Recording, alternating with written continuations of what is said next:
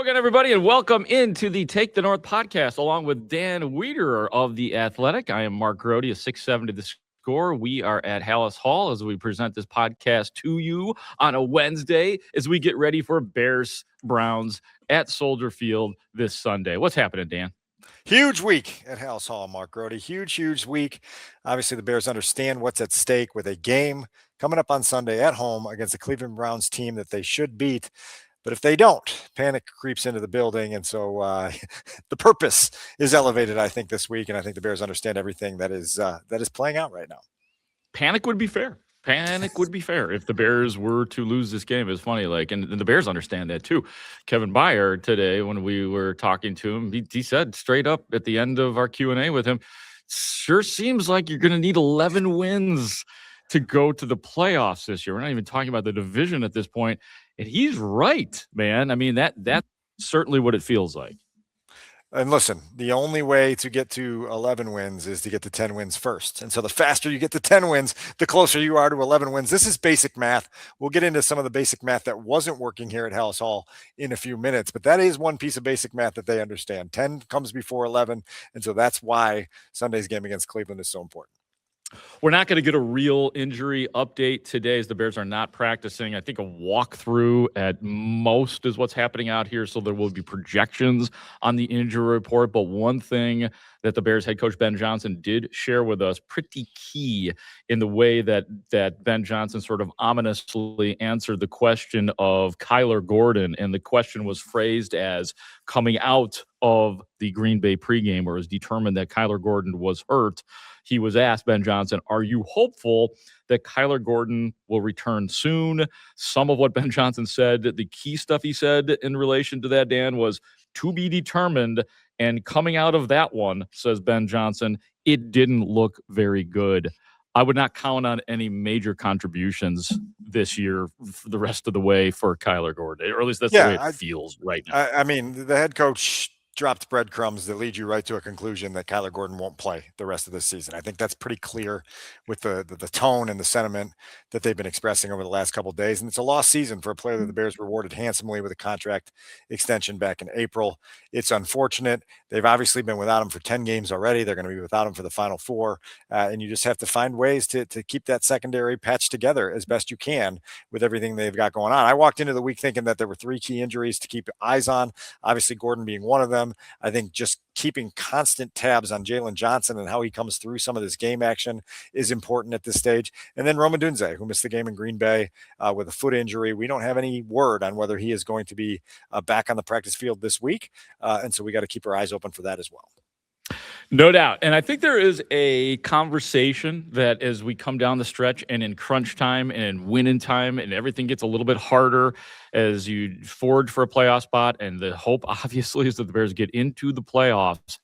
I think it's time to have the conversation about the contributions of and what we can expect from Caleb Williams. And Look, it's been Ben Johnson has been the star of this offense because he has found ways to put a lot of people in the right positions in which to succeed, especially the running game, where right now the Bears are second in the running game right now, farther down in the passing. I think the Bears are 21st. No, they're higher than that. The Bears, actually, it's right here in front of me. The Bears are 16th in passing at 227 per game. Obviously, that's all on Caleb. But we all know, as we sit here, Dan, obviously how important the quarterback position is, how important Caleb Williams is, and it's just been uneven for Caleb Williams throughout lots of the games, especially early on. What are you and we'll have some Caleb audio for you, some Ben Johnson as well, but what are your opening thoughts and discernment on what is going on with Caleb Williams and what he will mean to the Bears going forward this year? Yeah, I mean, this is huge, Grote. You need your quarterback to be more than just a passenger on this joyride, as we've talked about previously. He's got to be a guy that is fueling your success. You saw a half of football in Green Bay that was really downright pretty miserable in the first half on Sunday, and it was followed by a second half in which the Bears seemed to find themselves. And so you're trying to find ways to get that to level out a little bit. I think Ben has been very candid, both with Caleb, behind closed doors, and then with the media about his expectations for how this needs to look, for how some of the very specific jumps that Caleb needs to make need to come about, and they need to come about. I had quoted Press Taylor in my story at the Athletic today, talking about the goal of trying to unlock the passing game and saying it's not enough to just say we're close. It's at some point you've got to be more than close. You've got to be there, and it's getting to be about that time. We'll get into a little bit more of the discussion as this episode goes along, but they're facing the NFL's number one pass defense this week. And I know the Cleveland Browns are a 3-win football team, and they've got a lot not going right for them, but they've got the league's most dominant pass rusher and the league's best pass defense out there. And so you better be equipped to go out there with some answers. No doubt about it. And they, with Myles Garrett with his 20 sacks, Ben Johnson was up there waxing poetic about the rookie second rounder out of UCLA, the linebacker Carson Schlesinger, who has 53 tackles and 58 assists this year, 1.5 sacks, 2 pickoffs, and he comped him to, without us asking for a comp, Luke Kuechly. So this is a guy who's been very good this year, and I think that people will start to learn more about, like, he will be to be reckoned with in this National Football League. So the Bears are going to have to deal with that as well. No question. And it's, again, and we'll have our whole game preview episode on later in the week that we'll dive deeper into some of these storylines very, very specifically, and we'll get an idea of how the Bears can find their way to victory in this game. But as it relates to Caleb Grote, I think that there is a situation here where the Bears are at a place that not a lot of us expected them to be, which is right in the thick of this playoff race, right in the thick of a division title chase. And so the urgency to make some of the leaps that you're expecting is higher than maybe it would be if they were, a 500 team and they're just trying to find their way through the end of this regular season. They've got things that they can play for now. And so the quarterback understands that. The quarterback wants the pressure. He wants the ball in his hands, and now he's got to just find ways to be more consistent when it's there. I think you heard on Monday, Ben, again, and some of it was reiterated today, where he sees examples within every game where there are open receivers with opportunities for run after catch potential, and the ball's not getting there. It's either not thrown or it's not accurate. And so you don't get some of these plays that the Bears need to have coming down the stretch. I think the subtleties of expressing that are less and less each week, right? Like it's pretty in front of us now that the quarterback needs to step up and do things. We had our culture episode last weekend. We might have to do a presumption episode at some point, Grote, because I think in some pockets, there's this presumption that Caleb is going to make these huge leaps in his career. And what I've learned in my time covering the league with quarterbacks is you can't presume anything. You have to see it with your own eyes before you check the box. And I think there's a lot of very key boxes that the Bears are waiting for Caleb to show the evidence that it deserves to be checked. And so that's part of this stretch run for sure. Let's listen to a little bit of Caleb and a question that I asked, and I'm essentially asking Caleb Williams to be self-critical. Here's Caleb. Caleb, through 13 games this season, are there one or two things that you specifically want to get better at within the game? Yeah, starting faster for myself, and then the other one would be, some of these, I'm doing the right things, and then at the last bit of it, it's something's off, and it's either a miss or incompletion or something just not on the same page, or so that's the area that I really want to get on the same page with the guys. And then, from my side of it is doing everything right and then you miss. And so it's just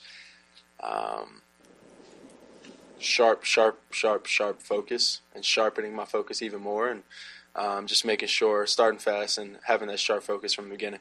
What is the key to starting fast? I mean, everybody talks about it. Is it something that you can practice? Yeah, something you can practice, but also something I think just like I keep using these analogies and references and stuff, but it's just like, sometimes just seeing the first basket go in and getting your first completion and just kind of seeing the pass being caught, whatever pass it is, whether it's a deep shot, a intermediate, short, whatever it is, just finding that first completion and getting into your receiver's hands or tight ends or whatever, and letting them go to work.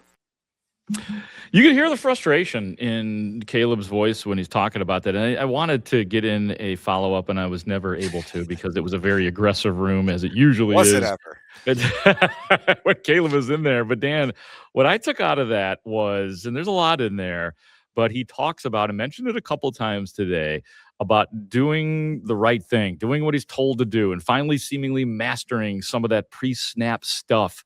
And then, as he said, then something is off just a little bit, whether it's his throw or he's not on the same page as the receiver. I thought that was really interesting. My follow-up question to that, Dan, would have been, because he was kind of smiling and kind of biting his teeth a little bit, just watching the way he was comporting himself up the lectern. I felt like he was saying, and my question would have been, do you feel like you are agonizingly close to this thing working? Because I could just, like, in his body language, again, I could tell like he was really angsty when he was making that point. And I think that's what it is. He's doing everything right, and then something goes wrong. So what did you think about that? Yeah, I mean, again, it ties back to the idea that if you are process driven, like the Bears say they are, you have to lean into that and take encouragement and solace in the fact that you are doing everything right process wise. And now you've got to figure out a way to get the results and figure out what's the little glitch that's causing each of these specific plays to go off course. With the question you asked, you got an answer from the quarterback there where he said that he needs to be quadruply sharp and then sharper than that, right? Like, so we heard the word sharp used a few times. And then I think that there was like an important acknowledgement of the psychological aspect of this, which marries up with something that Ben said on Monday, Grote, about just seeing the first basket go in. And it feels like that's important to Caleb, because Ben brought that up sort of unsolicited on Monday, saying, maybe I have to, as a play caller, have to do a better job of giving him something easier for his first completion. Like, that first completion feels like it's something that is, it turns the screw a quarter turn and allows him to loosen up a little bit once he sees it. I think he was 0 for 5 on the first 2 drives in Green Bay, and sort of that tension and that frustration builds a little bit. And so don't be surprised if on Sunday at Soldier Field, the first pass of the game is a little bubble screen that just gets the football in somebody's hands, and, off they go. And you've got Caleb off to a 1-for-1 start, and now he feels like he's settling into a game a little bit more. Really interesting to me that both of them brought up that sort of psychological aspect of things, of trying to get that first completion quicker and easier as a means of just being a little bit more free from that point forward. But there's been tons of times, even going back to last year, and he has been better this year in the beginnings of games relative to last year, where it seems like the first drive was always somehow self-sabotage, not necessarily always by Caleb Williams, but by penalties on the offensive line. I mean, we know that there was plenty of fault to go around last year. But when you say, and of course that's what goes through your mind, just do something really easy, for even if you're just handing the ball off 3 times on the first drive, and hopefully you can get positive yardage. But what I'm thinking is, it seems like it is those simple throws, which for whatever reason he can be inaccurate early on. And is he?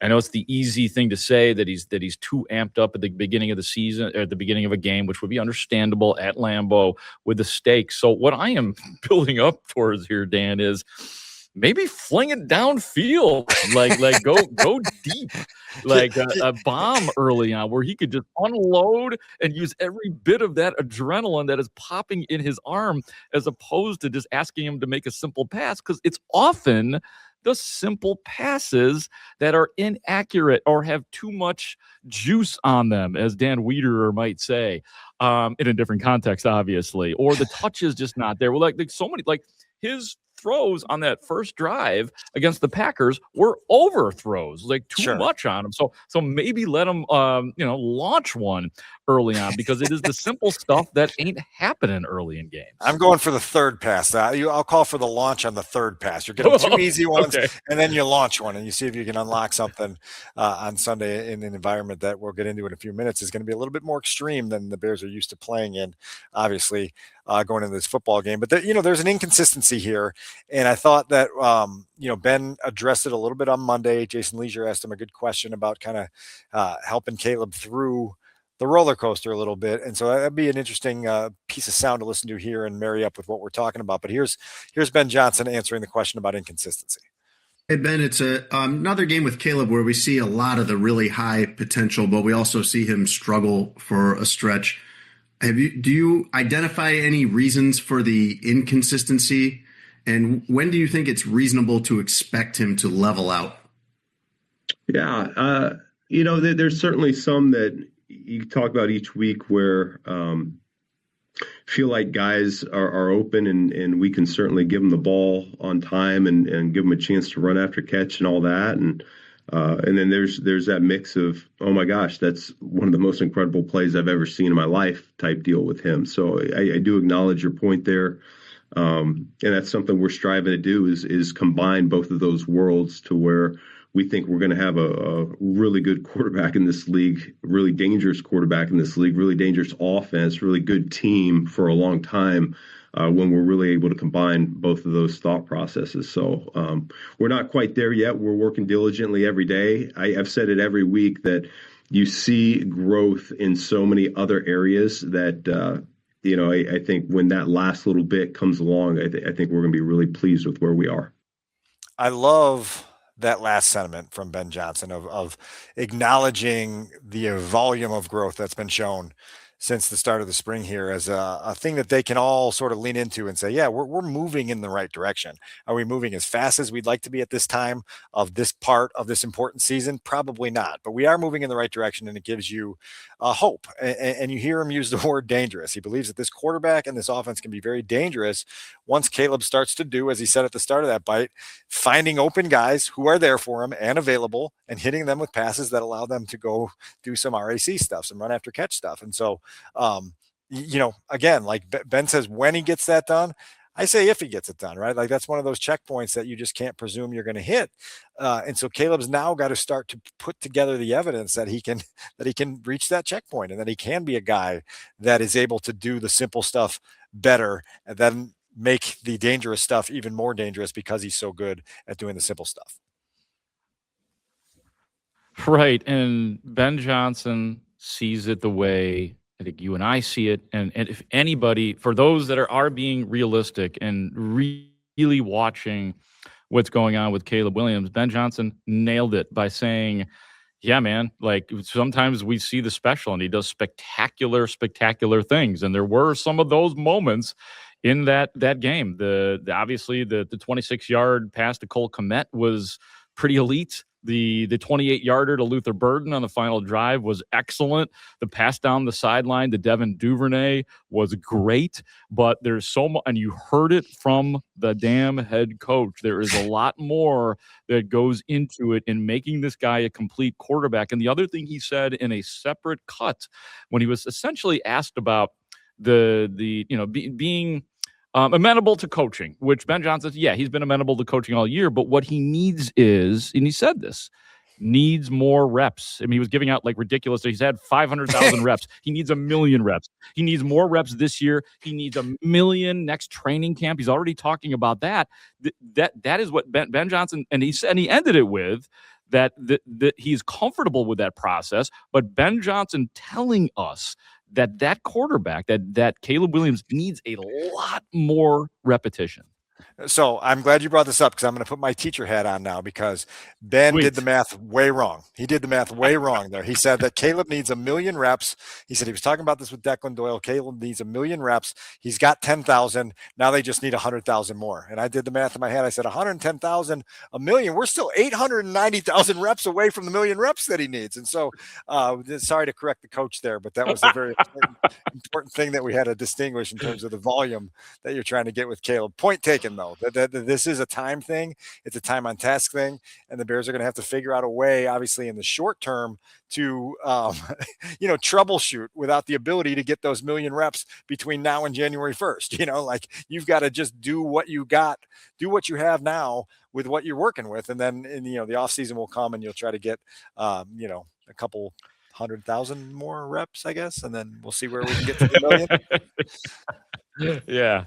Look, they are still putting a ton, obviously, on Caleb's plate in terms of what they want him to do during a game and the plays that he wants him to make. Obviously, I mean, he had the ball in his hands at the end of the game. And, Caleb talked about that today, that he wants the ball in his hand every single time at the end of a game. And he thinks that ball should be in his hands at the end of a game. But I do think things have changed a little bit in terms of like throughout the process of a whole game because of how good the running game has gotten, because of some of the weapons that the Bears have had or have. They're not going crazy trying to make life complicated for Caleb Williams, as in, I think, Dan, that, he was what in this last game? 19 of 35, 186 yards, 2 TDs, a pick, 15 rushing yards as well. I think that they want him throughout a game to make about 10 really big throws.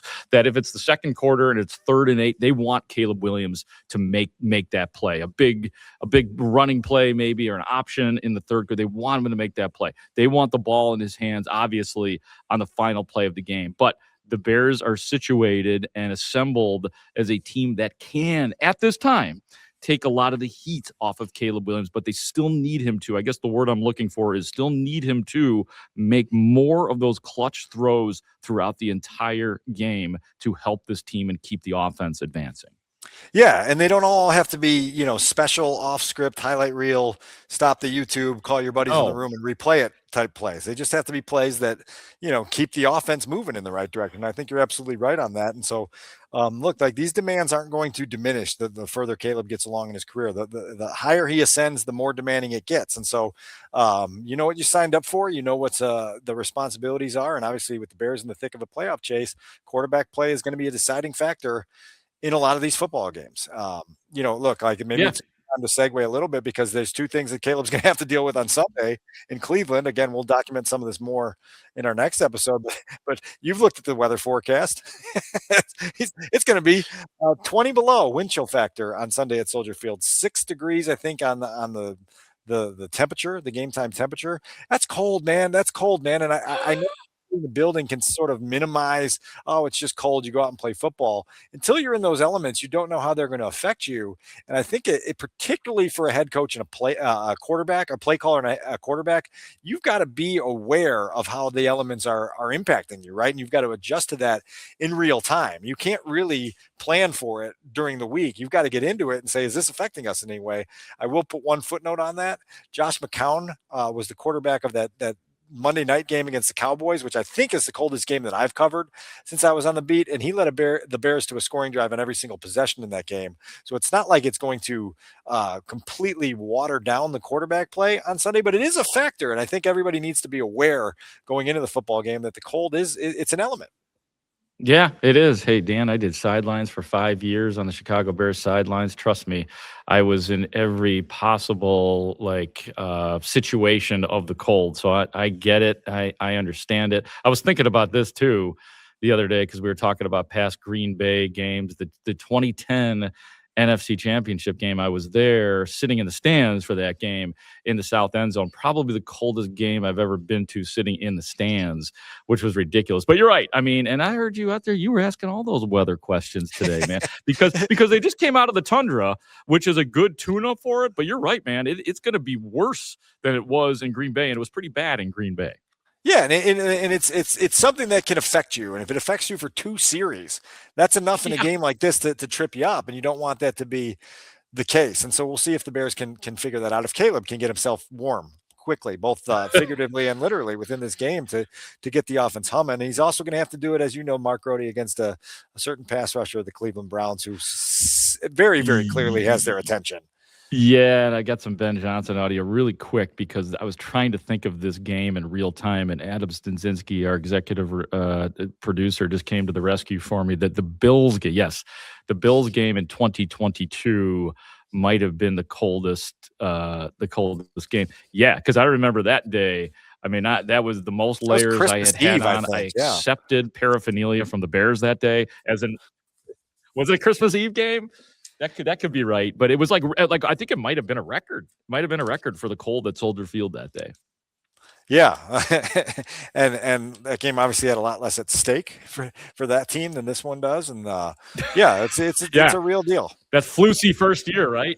Yeah, Flusy first year. All right, let's get back to Ben Johnson, and specifically the man whom you just brought up, Dan. Myles Garrett is awesome. He is elite. The Bears have seen some elite pass rushers for sure. 20 sacks so far this season. Here's Ben Johnson, the Bears head coach, on Myles Garrett. Not our first time that we've gone against a dynamic pass rusher. Certainly this guy is, he might be on another level than anybody else in this league right now. But, we've gone against Crosby and Hutchinson Micah now, and so this is the next one, and we'll certainly have a plan and be aware of how we can help not just Ozzie, but it's also Darnell as well, because the scheme that they run is a little bit different. It's that wide 9 where, I mean, these guys are in sprinter mode and they're looking to go right to that launch point at the quarterback and every single snap. And if we happen to hand the ball off, then they'll try to tackle the ball carrier along the way. But I mean, it is their intent to get to the quarterback. That entire defensive line is pretty good. It's like, what distinguishes him from those other defensive ends or edge rushers that you just mentioned? Like, what are his superpowers? Yeah, he's just a complete player.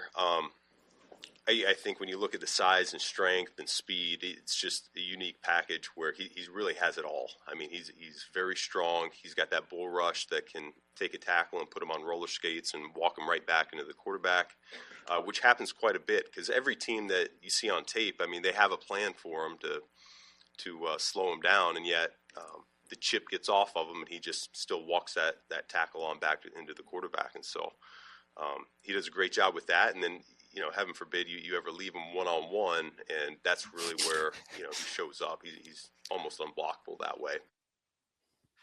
So, Dan, does that mean that Ozzie Trapillo is going to get tons of help? I mean, he said, heaven forbid you ever leave him one-on-one, right? Like, I mean, I think that's a little bit of a tell from the coach that they don't plan to do that very often. I mean, this is the most accomplished pass rusher in the league right now, going up against a rookie who was uncomfortable on the left side during training camp, has made, I think, 3 starts there now.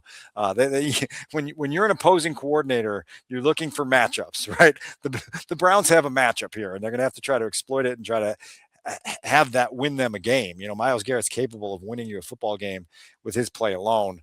It's fascinating. I'll just give you a little background from my past. Jared Allen, my first season covering the Vikings back in 2011, came within a half sack of tying Michael Strahan's single season sack record. It looks like Myles Garrett's going to break that this year.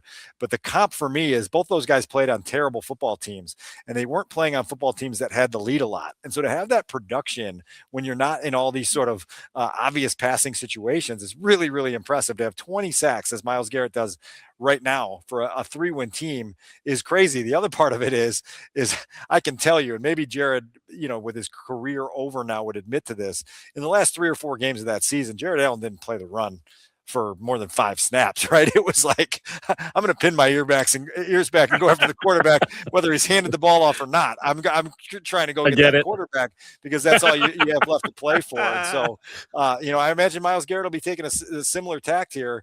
You heard Ben there mention the wide 9, the Jim Schwartz defense that, the Bears faced for a lot of years when Jim Schwartz was the head coach of the Detroit Lions. And so you just got to be aware of the angles that those edge rushers are taking. And Myles Garrett is as good as any of them right now. And they got their hands full. I was just thinking about the Bears, that 2014 season for the Bears. Your guy, Jared Allen, makes it to the Bears and ends up with 5.5 sacks. He's certainly, that was a classic case of too little, too late. You get that version. I was excited when the Bears got Jared Allen, but he was not great. And then they tried to stand him up the next year when they changed schemes, and Vic and Foxy came in, and they asked Jared to sort of be a 3-4 stand-up edge rusher, and that wasn't comfortable, and so then they traded him. Yeah. And he had, just for whatever it's worth, 0 sacks before they ended up trading him. I didn't mind the Bears taking a flyer on old Jared Allen, but yeah, of course you knew you weren't going to get the best of him. So yeah, man. And there was some talk today about the Kevin Byard specifically. I think Ben Johnson talked about it as well. Like, they're clearly being coached very well at this point by the leaders in the locker room, by Ben Johnson, by whomever else, to take this game very seriously, even though it is like a game against a 3-10 team. This is for real now, man. And if you lose this game, you very well could be out of the tournament, especially knowing that you are staring down the Packers in the next week on a Saturday night at Soldier Field, which I just can't wait for. Yeah, I don't expect this to be an overlook situation by any stretch of the imagination. Yeah, no, I think that they have all made that very clear. Dan, anything else that we need to cover before we exit here on a Wednesday? Yes, sir. I have one more thing from an exchange that we had in the hallway downstairs, and we said save it for the podcast. This stems from my drive to Lambeau Field on Sunday with the Athletics' yes. Kevin Fishbane. Carpool buddies for the first time. Obviously, I just started at the Athletic this summer, so we're driving up, and you can learn a lot about somebody in the 3-hour drive between, the northern suburbs of Chicago and Green Bay, Wisconsin. And so Kevin and I met up to begin our carpool over in Deerfield, and being the hospitable driver that I am, I stopped for gas, and I picked up a couple packages of Hostess donut gems. Big favorite of mine in high school. We'd go get the six donut gems and a milk at the cafeteria, and I was like, let's start the trip with some donut gems. So I offered them to Kevin. He declined. We got a little bit further in the ride. I said, you got this package of donut gems. You want these? No, I don't want those. It turns out, Mark Grote, I learned during this car ride that Kevin Fishbane thinks chocolate is disgusting. I was flabbergasted. I almost kicked him out of the car and told him to hitchhike or find a ride with Pat Finley or somebody else along the shoulder of 43 or 94 or wherever we were.